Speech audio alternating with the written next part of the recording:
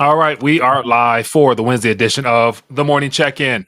And as always, looking forward to connecting and finding out what's on your radar and sharing with you my thoughts and just more interesting things that unfold as we draw closer to this presidential election and the amount of propaganda that's being used against the American public and for most part, the world with the luring of, that shiny object syndrome is what I'm referring to it as, in reference to like literally positioning in front of the people something that gives them hope, but yet stirs up a lot of hype and garners attention so that it distracts from other things to keep people just, the bread and circus, scenario that, a lot of people mention. But anyway, yeah, just the fact that it looks like Bitcoin is being thrust down our throats as like a viable option to, I guess, help America as well as save people's finances and preserve and protect their futures. And when all politicians are on board, excited about something, and they're using it as a narrative to sell to the people, should be more than enough of a warning sign that people should question. But then again, I'm sure you guys are. But then again, it's just the masses that's falling for the booby trap.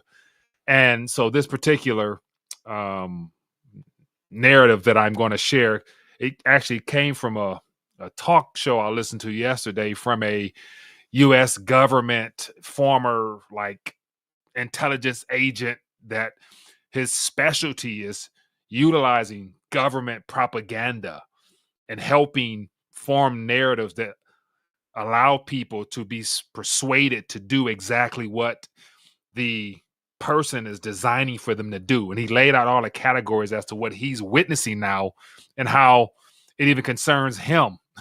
And so actually, I'll start off. Let me share with you the actual interview. Let me grab it real quick here because I actually, as a result of that, I ordered the book by Sigmund Freud's nephew entitled Propaganda. And just for the sake of showing you guys real quick as I get started, a very interesting discussion. And I just happened to come across it and I'll share it with you here. His name is, let me grab it on the screen here. His name is Chase Hughes. And the video I'm referring to is this right here, Something is Seriously Wrong. And it's like a 2-hour interview of him being interviewed by, this YouTube guy. But yet he is a certified, trained expert in his field at manipulating the mind through propaganda. And just to listen to him talk about what he witnessing and what, based upon the things he's taught governments, is like some spooky stuff. But anyway, if you guys are interested, just type in Chase Hughes, very first, interview pop up. I'd encourage you to listen to it because it's just some things that make you wonder. And then we get into this whole Bitcoin narrative and how there are certain things that are being utilized in succinct order to manipulate people's minds. And I'm witnessing it firsthand after, getting educated from that interview yesterday from the MAGA crowd, as well as now the Biden Kamala crowd, whatever is coming. And I just wish people would wake up and smell the roses and realize they're being played. But anyway, I'm not going to go down that rabbit hole. Anyway, good morning, everybody. Hope everyone's doing well. As always, want to make sure I welcome any first-time viewers. Let me know if the audio is flowing. Let me know if everything is coming out okay so we can get into this little rant here. And I want to just share with you just some narratives, some headlines that everybody should be aware of and for the most part concerned with, just because they're designed literally to trap you into the matrix even more by trying to play on your emotions, and they're manipulating us in droves, and it's concerning. Anyway, so let's say Full of Hope says, "Is this live?" I believe I am currently streaming live. Full of Hope, and as always, for those who are in the chat, feel free to throw out some thoughts, ideas, suggestions, things that you're keeping your eyes on, just so I can either be brought, made aware of things, or we can all be brought up to speed with what's happening. Just because so much stuff is happening, but what concerns me most is the Bitcoin narrative, just because I've been talking about it forever, and I've witnessed a transition from what it was until what it is, and everybody should be a little bit concerned because, as of right now, because it fits all those categories I just mentioned, it's going to succeed, and people will be duped. When they wake up and realize that they've been tricked once again. Every 4 years, they go through this cycle of promising you the world, and they use whatever the shiny object might be at that moment to capture attention, to get people, all fired up, and then they switch it, they change the narrative. And so real quick here, let me grab some other things here, what that really led to me talking about this today. Let me bear with me. I'm always on the fly coming up with things that I don't usually have ready. So give with me. But anyway, so the whole shiny object syndrome came about just from, as I mentioned in the podcast, I mentioned on propaganda. And then I'm like, okay, just let me try to come up with a narrative that could really play into this. So as you can see here, the shiny object syndrome is a situation where people focus undue attention on an idea that is new and trendy, yet drop it in its entirety as soon as something new takes its place. So when it comes to this particular narrative here, the shiny object syndrome, I believe is what's being used in the political sphere right now. And it started, 3 weeks ago, beginning of this month, with Trump jumping on the Bitcoin bandwagon, making his announcement from one of his campaign rallies. And now we got Biden being thrust out, however that plays out, whatever. But then Kamala now is all of a sudden, she's like, want to become a crypto Bitcoin speaker at the Bitcoin conference. It's like, man, that was a quick turnaround from being thrust as the Democrat frontrunner to now you're going to speak in front of Bitcoin maximalists and give them what? And so just the fact that narrative is half shifted so fast lets me know that, man, people are being set up. But then again, who cares? At the end of the day, the people get what they want. But listen to this real quick here. This is just another thing. And I'm going to go through a list of things, share my 2 cents on it, get your take, and then, just keep it moving. But here's something that really caught my attention when I saw this the other day. With some speculating he could announce plans to create a U.S. Bitcoin strategic reserve. A Bitcoin strategic reserve on Fox News. And that's the sped up version just because somebody put it out there. But anyway, you have Maria talking about speculation of this Saturday, Bitcoin being placed as a strategic reserve by a presidential candidate. Not even he's not the president yet, but a candidate. And that's one thing. If it's on Fox News, it just gives more credibility to this whole space. But then again, these are the same people who, for the last 3 years prior to, plastered across the screen. Everybody, the world's this. Sponsored by Pfizer. Everybody has to do this or you're going to get fired. Then it goes off, sponsored by Pfizer, sponsored by Moderna. It's like, these are the same people who lie to you and tell you what you want to hear when you want to hear it based upon what they want you to believe. And all of a sudden now Bitcoin is that saving grace that the world needs. Okay, anyway. So let me just go through some things here. And then Mike says, the only way we can win is to not play their game. 100%. But Mike, the problem is, you, me, and everybody else that tunes in and everybody in the alternative media world only make up about 1%, 2% of the masses. And so if 2% don't play, it has no chance of stopping the other 98, 99%, which means that the 98 or 99 will ultimately fall into the trap based upon history of everything that's happened before. It works every single time. And that's why it's called government propaganda. And let me actually let me share with you what this is from this is more to add to my little rant here.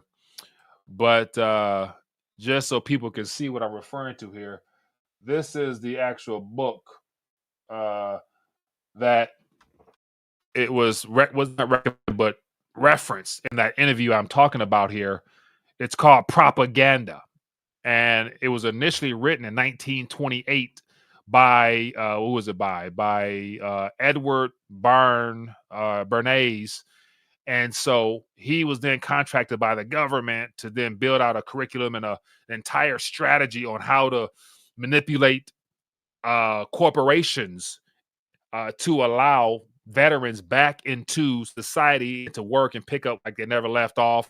And so from his work, it's been expounded upon. The government adopted it, and then it became a part of MIT and all these Ivy League, fields of study to where they perfected it to where they basically know how to get anybody to do anything in real time. And he was like, a part of his job and it was in training special forces to be able to get foreign actors to do whatever they want, whenever they want. And he's like, the ultimate way of manipulating the mind is to get someone in another country to be willing to commit treason willingly, to turn on their government by sharing secrets and stuff like that.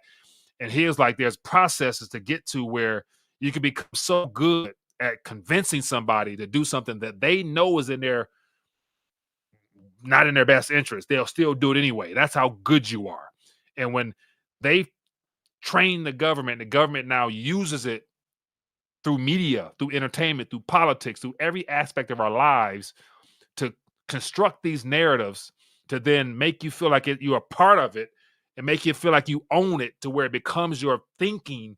And then you block out anybody who contradicts that narrative. Like, I'm thinking like, man, that fits the whole MAGA, make America great again. I'm like, wow, like who wouldn't want to make America great again? But my question is, starting from what point do you pick up being great? Because I'm like, for people in my skin, I'm like, I don't really know at what point I want to go back to where, my ancestors were, would say that this was a great. So, where I can go with this. I got a whole rant on that. I'm gonna spare you that. But point in case is just that field of study is just like, wow, it's mind blowing. But okay, so I'm well into my rant, man. Forgive me, man. I get fired up. Okay. But before I move forward, before I get into these headlines here, I have, maybe see 1, 2, 3, 4, 5, 6, 7, 8, 9, 10, 11, 12, maybe 12 tabs open. I may get to them if I can. I may not, but I'm gonna do the best I can once I stop ranting. But once again, I find these things to be very entertaining. Okay, so let's get this party started. But before I do that, let me close some windows here. Man, I got too many windows open. Okay. So before I move forward, let me just make sure I have to big up my partners over at Colonial Metals Group. So for those who might be new, you never know, but Colonial Metals Group, my partners that allow people to take what is so rightfully theirs, what they worked so hard for, and to put it into their own possession through a self-directed IRA. That's something I'm going to continue to remind people, because it's a way of being proactive. Once you get educated, once you get your questions answered, then it's up to you. And you have no one to blame if you don't do and protect and preserve everything that you worked hard for in whatever fashions you choose to, just because the system, once you realize the system is designed against you, that the whole point is to keep your capital trapped into the system so that they, meaning the banks, the institutions, can earn off the fees they charge you to take care of your stuff. At the same time, the world's been turned upside down because of these interest rate environment we're in. Then, ultimately you get what you deserve, in a very harsh and blunt way. Forgive me, but at this point, I'm just so, it's just if people don't see the light, they'll never see it. But then again, I can't give up, but I can just be more blunt, be more frank. But anyway, point in case is colonialsmetalsgroup.com/RTD is a place where you can go get your questions answered, find out if it's something for you, if you have enough worth preserving and protecting, and then how to take possession of it in the form of gold and silver directly in a self-directed IRA where you are in control of your own assets, which is the way it should be, because once again, you can't insure your retirement portfolio. But then again, you expect to work 40 years to accumulate this big pot that's supposed to grow exponentially through compound interest in an environment where inflation exceeds compound interest. So anyway, if you guys got questions, these are some questions that people should definitely have. Check out my people at Colonial Metals Group. The link's in the description here. And if you go here, you can get all the questions you need answered, all the information right in front of you here. But the biggest thing is to make the call, to fill out this form, and be contacted and get your questions answered. And you'll be better off than the other 98% of people that we just mentioned in reference to the masses. When we talk about, you got the 1%ers, people who are awake and aware, then you got the masses. The masses are, unfortunately, like the Lord said, the poor you'll always have with you, just because those individuals there, they become self-victims because of how they think and how they conduct themselves, and they refuse to learn to do better. So, but then again, you guys are not that way. So it's always good to connect with like-minded people. And I know you guys are taking proactive steps to protect and preserve what is yours. So just a little something out there for those who might need it. But let's get into the subjects at hand, man. Here's another little thing that's definitely interesting and worth paying attention to. Here we got that seer in Las Vegas. And when you have entities that's bent on making sure that everybody in the world knows that there's a shiny object that has been positioned strategically for this point in time in human existence to distract and divert attention, they're going to make sure it's on the biggest platforms, coming from the most influential people. And it's all gearing towards this Saturday, where President Trump is expected to announce something that will make America great again. But here you got the Bitcoin sphere in Las Vegas. Just, how can you not see that? It would be the question. And then, of course, everybody's sharing it. We got, Michael Saylor jumping all on board today. We got Watchers Guru. You just type in, real quick, you type in the sphere. Let me see. Did I do it here? Maybe I didn't. No, just Bitcoin. But anyway, you type in the sphere and it pops up.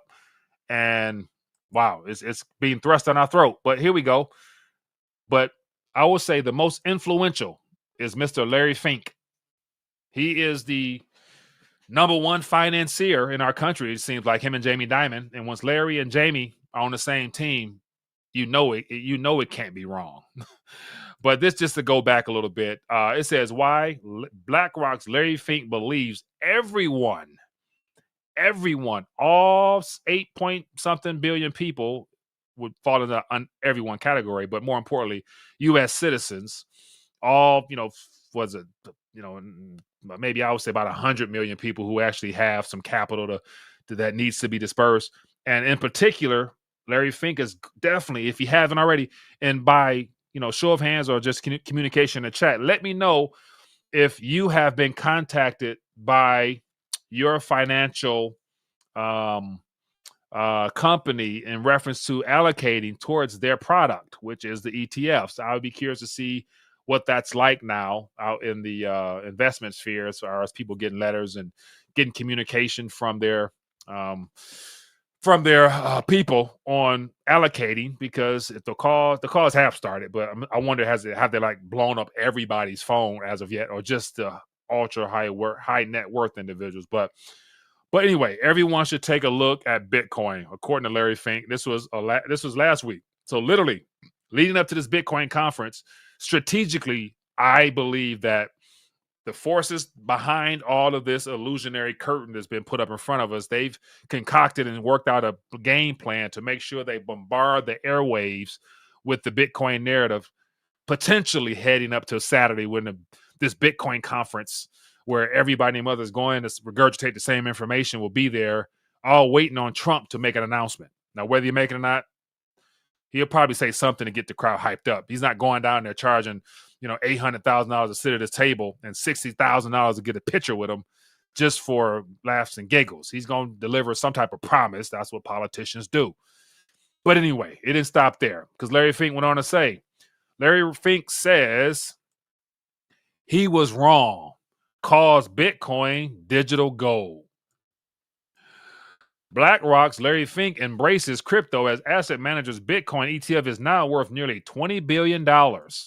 And so people are eating this up, rightfully so. It gives people hope. And also, the hype is just too hard to deny, because if you got in early, you're doing good. But if you at this latter part, then, yeah. But that's just Larry Fink. But here's another headline article that I think also is worth mentioning, because this has everything to do with the current administration, or the potential administration. Trump expected to deliver potentially historic message at Nashville Bitcoin conference.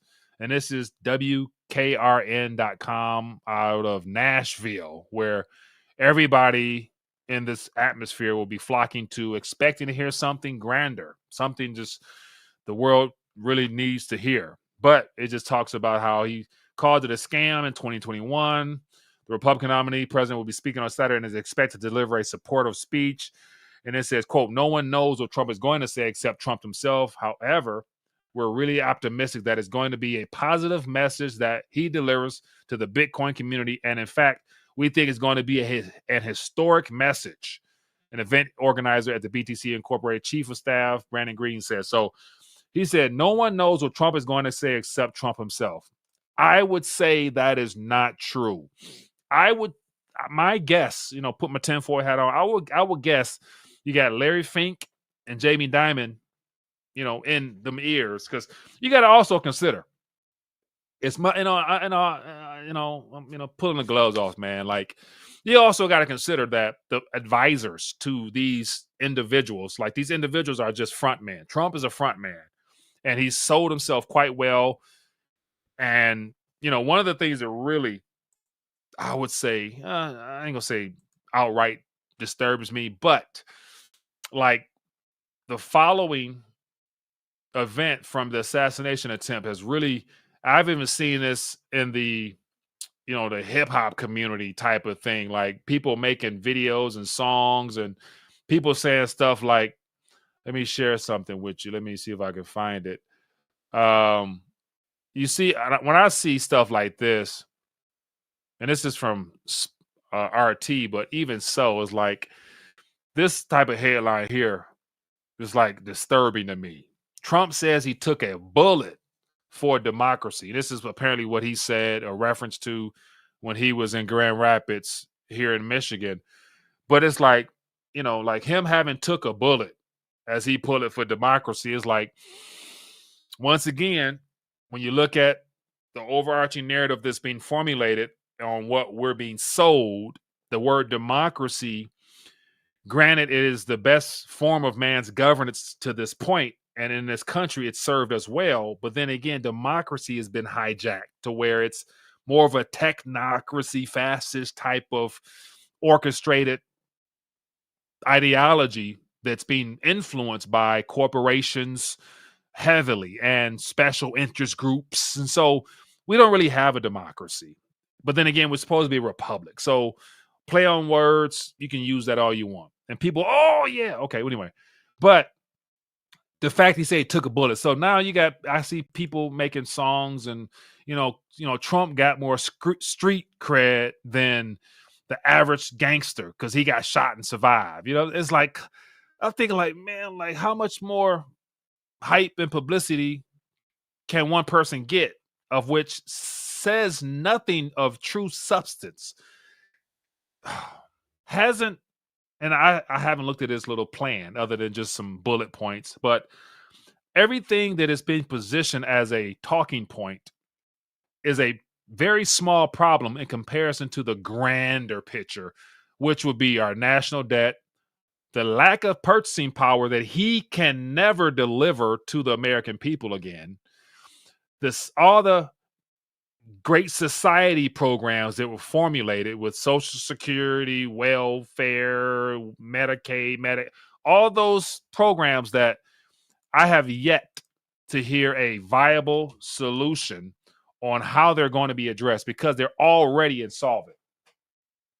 And so let me just remind people, forgive me, of, let me zoom out here, of what I'm trying to get to if I can, on what will not be touched. Like nobody's going to touch this. The chance of anybody touching this is unlikely. So here we have, Social Security liabilities, 27 trillion. This is all above my head here. We got Medicare liability, 41 trillion. U.S. unfunded liability, $217 trillion. You can't begin to come up with a policy, especially when it comes to cutting taxes and all types of things that's been put out there from that right side of the aisle.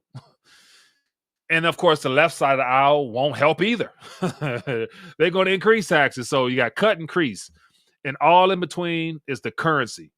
And until I hear something that says, gives me a solution or a strategy as to how he's going to put more purchasing power back into my pocket, I'm not interested in hearing any of these talking points. That's just me. Okay. But I'm gonna keep it moving. Okay, I'm okay. But so this Saturday, we'll see what's delivered, what promises are delivered, but people are expecting it. And of course, because this political propaganda is being put in front of us and Bitcoin is the centerpiece, it's the shiny object right now that's being thrust into our limelight. Here we got Kamala Harris is catching up on crypto as she runs against Donald Trump. So all of a sudden now, this ditz, forgive me, but I don't, I can't, it's hard. It's hard to speak very highly of someone who I haven't, the fruit that fell from that tree hasn't really been too fruitful for me. But anyway, it says Mark Cuban said that Harris camp contacted him with questions about cryptocurrency. So now she has to get caught up to speed so that her script writers can prepare a narrative. She can get some consultation from Jamie and Jamie. So Jamie and Larry are in both candidates' ears. And so can you really trust what comes from their mouth when you have to be concerned with who's in their ears? Because the people that's in their ears are the ones that's dictating the scripts that they're reading from when they go up on stage and look left and right at these teleprompters and tell you what you want to hear. Man. Okay. Mark Cuban says Kamala Harris can't reach out with multiple questions about crypto. Okay. Bitcoin. Trump's appearance at Nashville conference could spark a rally to a new all-time high. So you see just these headlines starting last week all the way up until today. And today at 6:18, according to this headline right here, this is the narrative. So people are all eyes glued in, waiting on something to be delivered to pump your bags. And if you got in early, I can understand how you can be excited. But then again, if you are now one of the latter parts that's heeding advice from Larry Fink, you're still going to rally because, as I mentioned, as I said this before for years ago, Bitcoin is a viable tool to be used by the entities that have created and positioned it here so that a hyperinflated economy can be siphoned into the crypto sphere, allowing for time to be bought, as well as those who got in early, i.e. the controllers of this technology, to profit the most. So it's a siphon of hyper dollarization is coming, and it's a wealth transfer mechanism for those that are a part of the infrastructure. And here's something else that that people may or may not care about, but then again, I try to keep my eyes open and ears attentive. But it's these entities here that a lot of people may be aware of or may not. But the operators that influence the developers are the ones that people should pay attention to. What are they building and how are they building it? So Lightning Labs, which is a entity set up by those that fund the development of and the direction of this technology in reference to Bitcoin. Lightning Labs was instituted as a way to make it so that through second or external layers, people can use Bitcoin to spend, because the small blockers, i.e. the globalists, didn't want it to expand and grow so people can use it as peer-to-peer cash the way it was intended to. So that's the whole part of the Bitcoin being hijacked, which Roger Ver mentioned in his book. And then, of course, he's sitting in a jail cell in Madrid right now. So anyway, Lightning Labs literally just announced this yesterday, announcing the first mainnet release of multi-asset Lightning.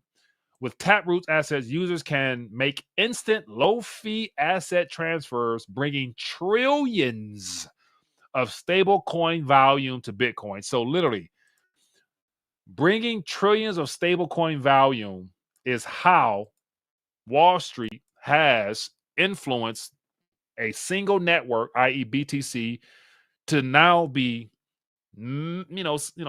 labeled as gold, so you store it, never use it. But then we're going to build on it so that trillions of stable coins, USD derivatives, can be used to further extend the lifeline of the Federal Reserve note, aka the dollar. So literally, they're building out the infrastructure that allows them to use the dollar in perpetuity for the sake of monetizing, financing, and allowing entities, whoever they may be, to support our government indebtedness and to continue to basically manipulate the monetary structure by issuing debt. The Treasury will issue debt. You're going to have USDC and all these stablecoin entities creating these fake stablecoins to buy debt. The government's going to take those stablecoins and use them to fund, pay, extend, whatever. So all that in between off of nothing. Still, debt is in the circle of all that. to where the monetary base will continue to expand, not only from the Federal Reserve, which is in a tightening phase until they pivot, but now through stablecoin usage, they can still create. That's a fourth or fifth way of sixth or seventh way now to create an artificial derivative, aka known as a dollar, through stablecoins. And this is the technology that's being built on Bitcoin. And people can't tell me that this wasn't a part of the plan from day one. But then again, if you got in early, I guess you don't care. Okay, but that's just something, a little side note. Okay, let me keep it moving. Okay, so let me get to some main news stories, some things that caught my attention that may have flown on the radar. It says here, hackers leaked documents from Pentagon IT services provider Leidos.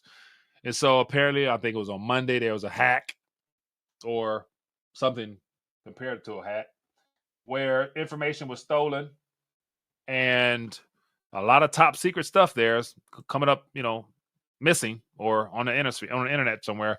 Hackers have leaked internal documents stolen from Leidos Holdings, one of the largest IT services. So last week we had a glitch because a update was faulty, supposedly. We all know now that's not true.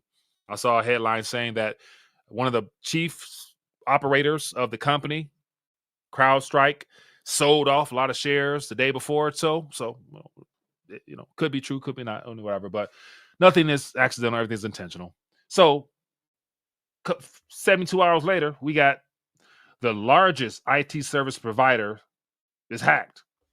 It says Leidos recently learned the issue and believes the documents were stolen in a previously disclosed breach. So all these breaching, glitches, this is the world that we're being steered towards. And as the users, we're being forced to comply with all this digitalization of our lives. And then we, as a consumer, has no control over the security of it. But then again, we're being forced even further down the digital sphere through our phones and everything else. But real quick here, it says Leidos customers include Department of Defense, Homeland Security, NASA, among other U.S. foreign agencies and commercial businesses.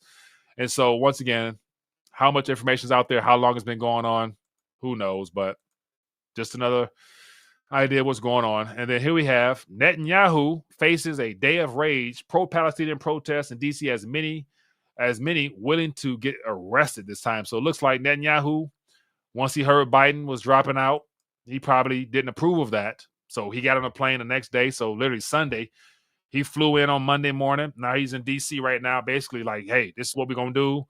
I'm sure Obama's there now. They're having meetings, and I'm sure Trump is there too, because Trump meet him on Friday. And so it's good to see, what exactly can Netanyahu tell U.S. politicians beyond what they already do for him already. But here you got a large mob has flooded the U.S. Capitol one day ahead of a planned day of rage. So people are not too happy with this whole Israel-Palestine ongoing proxy war / slaughtering. But anyway, so Netanyahu, what would he say when he come here? Who is he talking to? What is his agenda? Should be more what people should be concerned with, because what he says has more sway than what our own politicians can say at this point. And then what else we got here? Looks like a former Fed operator, Bill Dudley, has changed his mind. And so it says, I changed my mind. The Fed needs to cut rates now.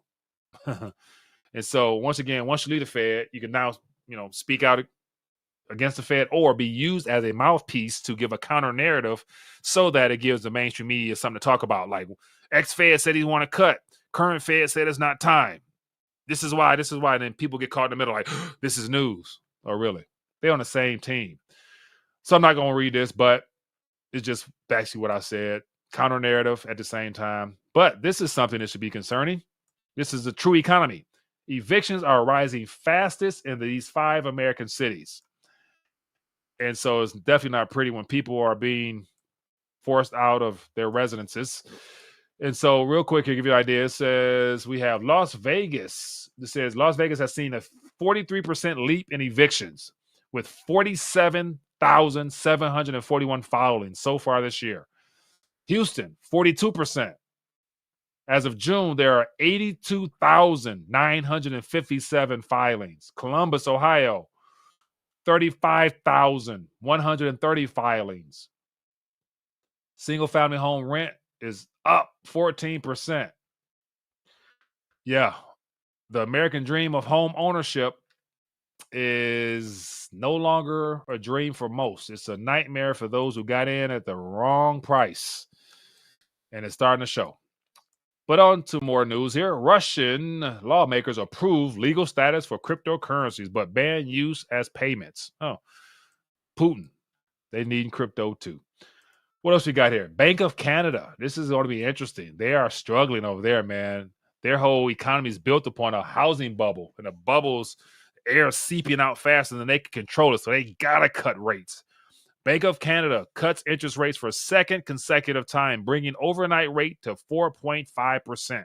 So literally, they cut last time they met, brought it to 4.75, and they cut today. It's 4.5. Still too high, given the fact their economy is predicated on debt, especially when it comes to real estate. So we got nations around us beginning their cut cycles. And of course, the U.S., we're in a privileged position. Let me see.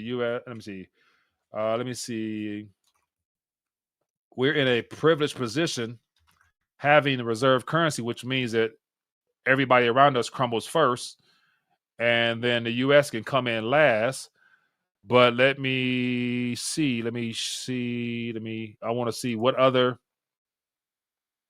want to see what other nations are doing at this current moment.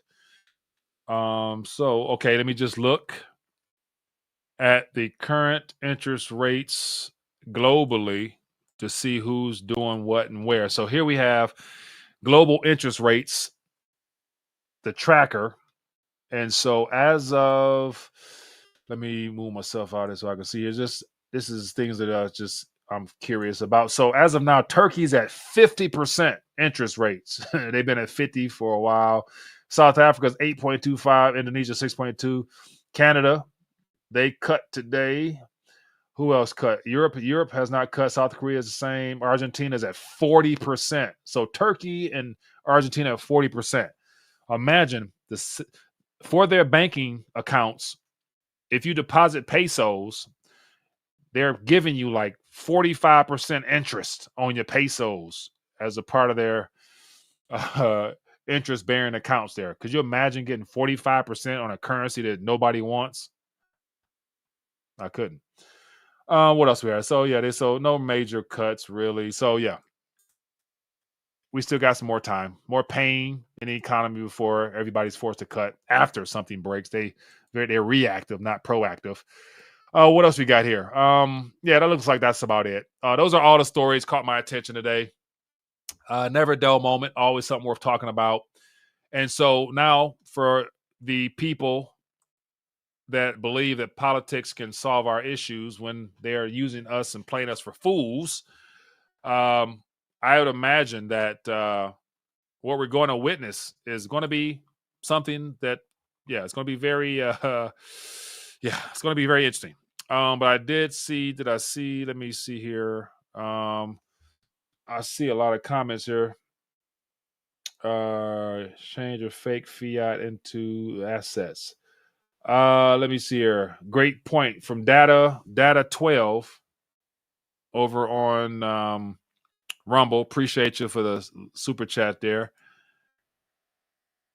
Let me see if I can. Never said make the team great again, rather than always said there's always room for improvement. In other words, improvement is gold, not going backwards. Yeah. Improvement would be great, but the problem is, in reference to the whole "Make America Great" concept I talked about earlier, like at what point, what would be the point where you can reference as great prior to today? That is something to model off of. So if making America great again, my thought would be, okay, the pre-woke phase, which would be, 2016, 17, 18, 2020, the world turned upside down and they went, the liberalists, they went complete bonkers with just anything goes. We have no morality, no foundation whatsoever in this country. So going back to pre-2020 would be something that people would accept. But as far as great, I wouldn't even consider that great. You know, our country has been heading down a slippery slope ever since, you know, they removed prayer from church. They took away the Bible as mandatory reading. Roe versus Wade became the law of the land and everything else. So with all of that being said, only moving forward, it's more so it's a speed race as to how fast it deteriorates or how slow anybody can, you know, have that process be, because this is all spiritual in its essence. So we all know where this has to go. It's just more so at what rate. And so can Trump slow it down by jawboning, or will Kamala or Biden or whoever gets back in literally just drive this thing completely into Sodom and Gomorrah territory 100%? You know what I'm saying? Like, that's what we're up against, I believe. But anyway, all right, good people. As always, appreciate you, man. Thanks for blessing me with your presence, your time, your energy. Hope this was of some value just to get you to think outside the box. I encourage you to question everything, believe nothing. Realize that anything that is being told and propagated through mainstream media is propaganda. That's all they can do. They can't tell you truth. The truth hurts. They can't give it to you. They need to stay in power. So they'll tell you what they want you to believe. And if it attaches to your emotions, your own expectations, and then all that other stuff that I mentioned based upon a book, propaganda, then they got you hook, line, and sink. And then they're on to the next one. But every 4 years, we get this pointing left and right of who did what, all this name blaming, name calling. And then somebody gets elected, and then we get more of the same. Anyway, that's just how this world goes until Christ returns, or until. Anyway, be blessed, be safe. Shalom.